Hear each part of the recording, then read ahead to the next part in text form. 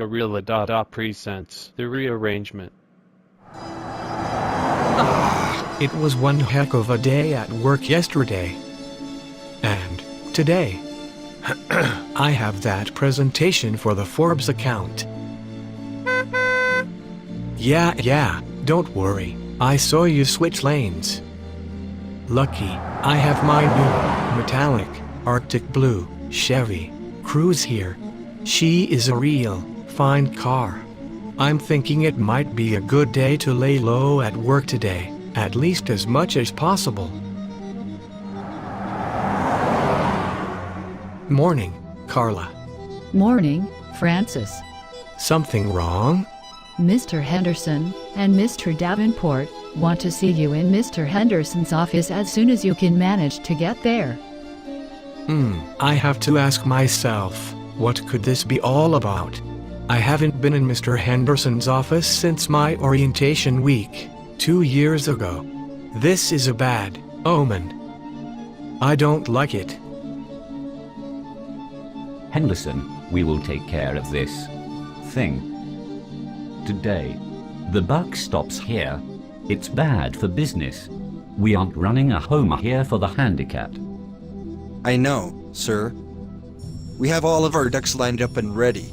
Don't worry, sir. We have this in the bag. You better. Yes, Doris. What is it? It's Francis Orland, to see you, sir. He says you know that he is coming.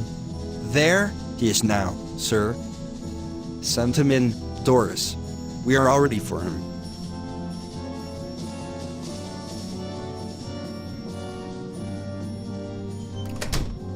Mr. Orland, come right in and sit down. Ah yes, Mr. Orland, so glad to see you once again. Yes, Mr. Henderson, I do believe I haven't set foot in your office for almost 2 years. I'm sure you know Mr. Davenport, or at least have heard of him.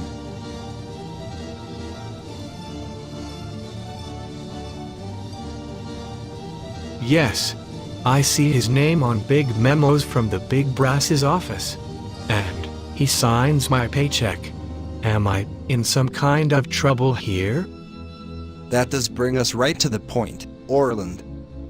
Mr. Davenport and I have been discussing your future here at Norman and Richards. And let's not just beat around the bush, Orland. We are going to have to let you go. We have your last paycheck here. That includes your severance pay and all of your vacation days. If I do say so myself, and I do, it's a glorious package. May I say, to you both, that I am highly put off by your decision. And I still hope that we might come to another form of agreement.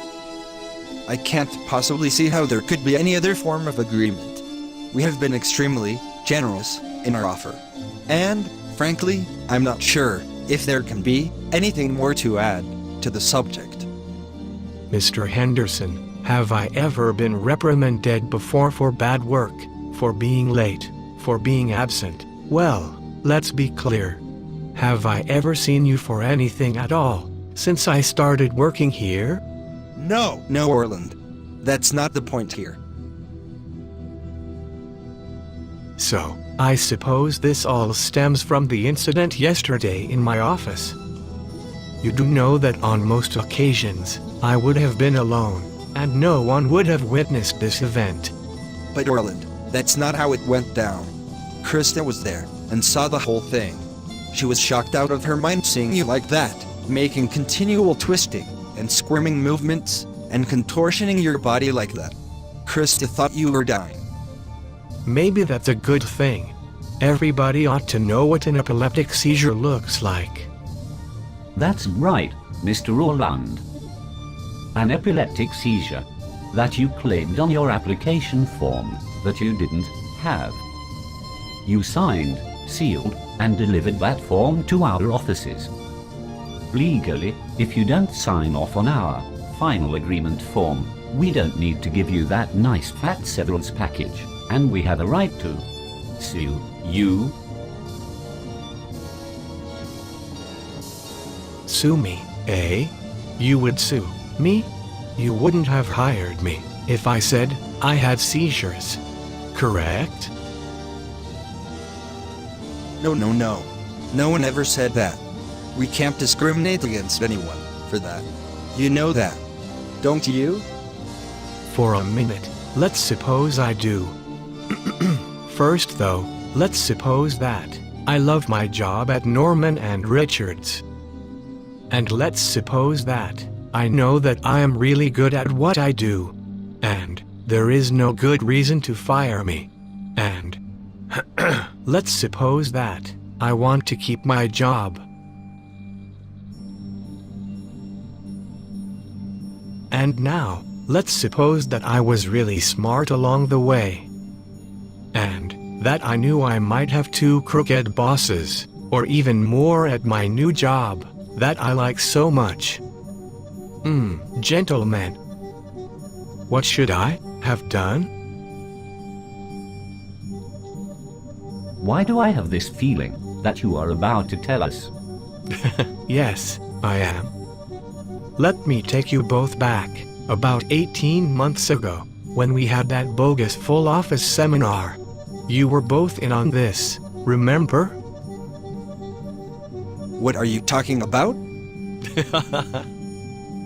Henderson, that was pretty good acting. You two were in on the scam. Everybody here is being nickeled and dimed out of their hard-earned wages by your life insurance kickbacks.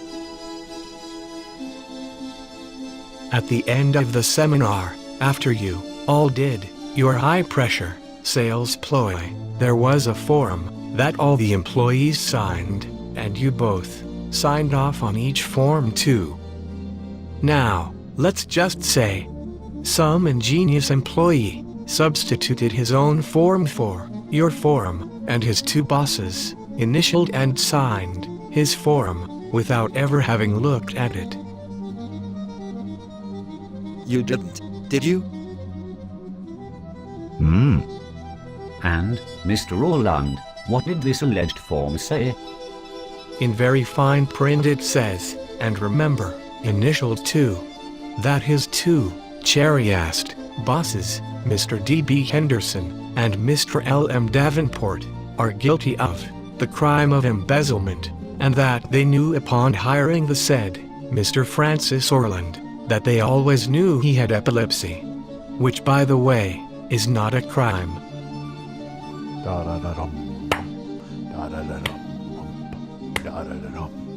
And I hear my 2 new boys say, you are retained, Mr. Orland, until you feel free to leave this organization.